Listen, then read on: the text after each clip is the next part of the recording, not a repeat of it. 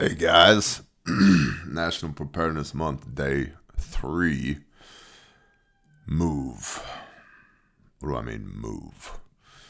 Shoot, move, communicate, sustain. Right? Check. I can do all that.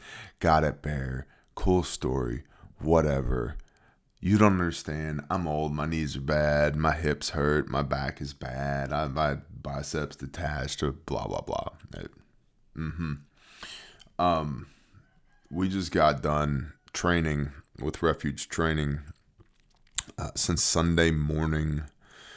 Today's Tuesday, I'm pretty sure. Since Sunday morning, I've had 2 hours and 45 minutes of sleep. And we had a bunch of amazing students come from literally all over North America, cadre from all over North America, all kinds of wonderful people with incredible backgrounds to come out and teach and learn. And movement is a survival skill. You know, if you're in a TCCC or TECC situation where you've got a hot zone, a warm zone, and a cool zone, if you move, just change your geography, sometimes by a couple of feet or a dozen feet, you can go from hot zone to warm zone. What does that mean, Bear? Explain like I'm 5. Hot zone means that bad stuff is happening here right now. Warm zone means bad stuff is not currently happening, but it could happen again. And cool zone is bad stuff has stopped happening. What do you mean bad stuff? It could be an active shooter. It could be a jihadi in an S-vest. It could be a V-bed. It could be a motor vehicle accident. The bad stuff happened here. Hot zone. Move. Get off the X. Care under fire, then tactical field care, then Casevac, medevac. Right? Hot zone, warm zone, cool zone. And if you just move 2 feet, I'm exposed here, bullets can hit me here. Hot zone, boop, I'm behind cover. Right? In your little micro terrain, in your little world, this is now warm. Right? Can't hit a target you can't see. There's a motor vehicle accident. And it happened in the middle of the road, right? Because that's where it tends to happen. Do I stay in the middle of the road? No, that's the hot zone. Yeah, get warm. Get over there on the edge of the road, behind the guardrail, other side of the Jersey barrier, up there on the grass, in the median, somewhere, right? And that's just lateral movement from where the bad thing happened to where hopefully another bad thing doesn't happen, right? A little bit of standoff. So we get these students, right, and they come out here, they're doing Refuge Night Responder, and they're doing a great job. But a lot of people brought way too much stuff, way too much kit. Their rifle and their web gear, load carrying equipment, whether it's a chest rig or a war belt or a plate carrier or all of the above, plus a rucksack. This is a 12-hour exercise, right? There's like rucksacks out here. And if you look at the loadout, the packing list, it's not rucksack-esque. But I understand it because people want to pressure test their gear. Got it. There are a lot of people abandoning gear in the middle of the scenario. This is 12-hour overnight scenario. Just abandoning gear. It's too heavy because it limits your ability to move. And if you patrol into a quarry and there's an ambush set up and now you have to move because you're in a hot zone and you can't because you have all this stuff weighing you down, bad things happen. You're the casualty or your buddy's the casualty. And I bring this up because if you own all the kit, you own all the gear, but you don't train with it specifically, it doesn't matter. And more importantly, even if you train with it, but if you don't have the mindset to actually employ it in times of chaos, it also doesn't matter.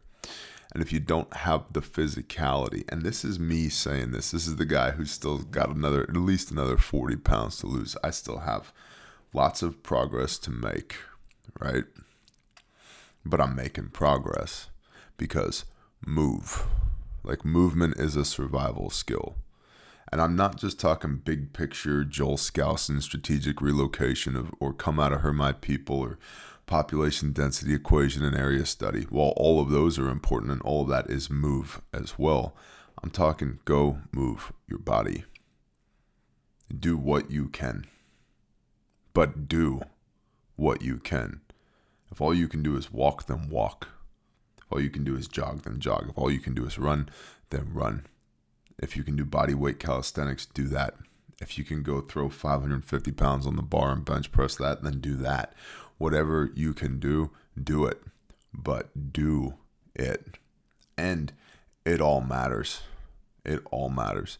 Cardio matters. Like being able to sprint 100 meters, just run, full dead run 100 meters in your kit, which you've done a shakedown, right? And like you're not yard sailing your shit all over the place while you're running because it's not secured. Yeah, being able to dead sprint, that matters. Move, right? Weighted cardio, like, they make weight vests and all of that. They make those Go Ruck backpacks you can put a 45-pound plate on if you want. I get it. I understand why people do that. I think maybe it's literally an optics thing because it looks less weird when you're walking around your neighborhood with a weighted vest and a rucksack with a 45-pound plate on it than it does if you're walking around in a plate carrier with an actual rucksack filled with a loadout. I get it. It's optics. A little bit more palatable for the normies. But for me, if I'm going to buy a heavy-ass vest, I'd like it to stop bullets and probably have like Palace webbing on it, Molly. That'd be cool. If I'm going to buy a rucksack, I'd like to be able to put things in it other than a 45-pound plate so that I can use it when I need it, so that when I have to go do these things that hopefully nobody ever has to do for real, the functionality of the rucksack is more than I can put a heavy piece of iron in it. But weighted cardio, right? Like weighted cardio matters too. It's great for burning calories.